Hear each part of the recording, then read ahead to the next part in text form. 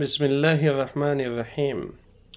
نننۍ ویډیو کې یو داسې درود شریف تاسو ته ښیم چې شیخ الاسلام ابوالعباس رحمت الله علیه فرمایي چې کوم کس دغه درود د شپې ورځې کې درې ځله وایي، ګویا کې دی د ټولې ورځې او شپې کې په څو اوقات دي کې دی درود وویل، دې چې څومره خبرې دي هغه په درود باندې بدلې شي.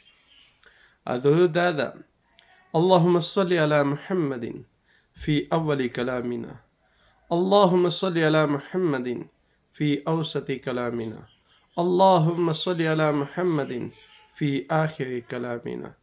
کوم یو کس دغه درود درې کرته وایي د سحر او ماښام، نو دی ګویا ټول اوقات دې ته د درود ثواب لیکلی شي، ګویا کې دی درود جناب نبی کریم صلی الله علیه وسلم باندې ولیکلو.